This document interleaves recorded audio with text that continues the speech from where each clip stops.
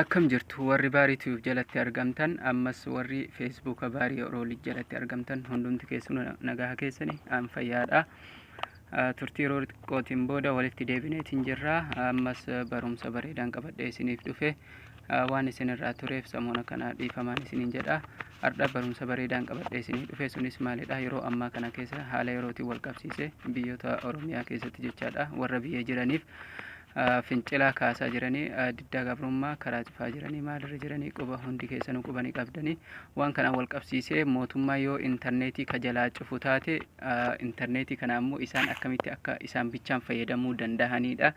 Appilikeeshinii amma isin agarsiisuuf deemu isa kana jechaadha. Isa kana yoo buufatanii jedhan hanga fedhee intarneetiin biyya keessaa yoo cufate isa kanaan walitti konneekti godhanii fayyadamuu ni danda'an jechaadha.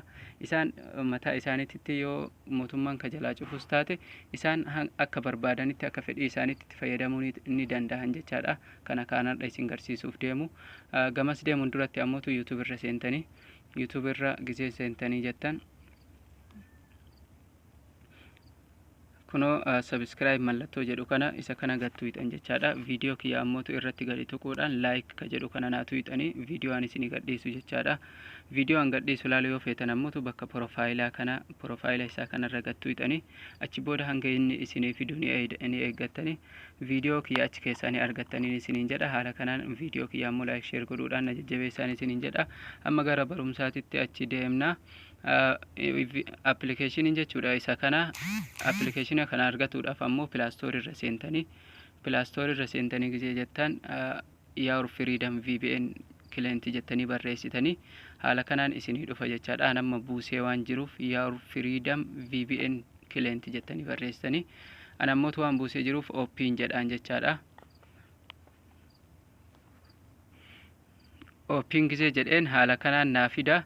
Isin ammootu allow isiniin jedha ayyama kennitaniif allow ka jedhu gootanii jechaadha. An ammootu waan dura banee jiruuf jechaadha.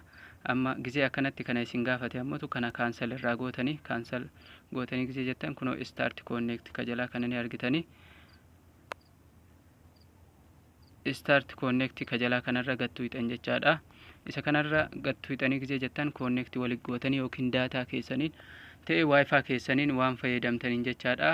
Kunoo anamma kiyya connect ta'ee jira jechaadha. Bifa kanaan connect yoo gootanii jettan kunoo gama gubbaatitti gizee qaxxaree hidhanii jettan VPN activate by Your Freedom connected naan jedhee jira.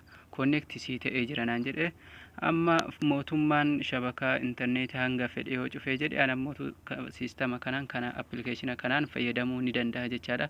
Isinis ammootu kana share godhaatii namoota hedduu dhaqqabsiisaan isiniin jedha. Osoo mootummaan intarneeta jalaan cufin dafaa dhaqqabsiisaa namoonni siistama kanatti haa fayyadamanii isiniin jedha. Hanga viidiyoon biraatii walitti deebinutti like share kana godhaatii nagaarra turaan.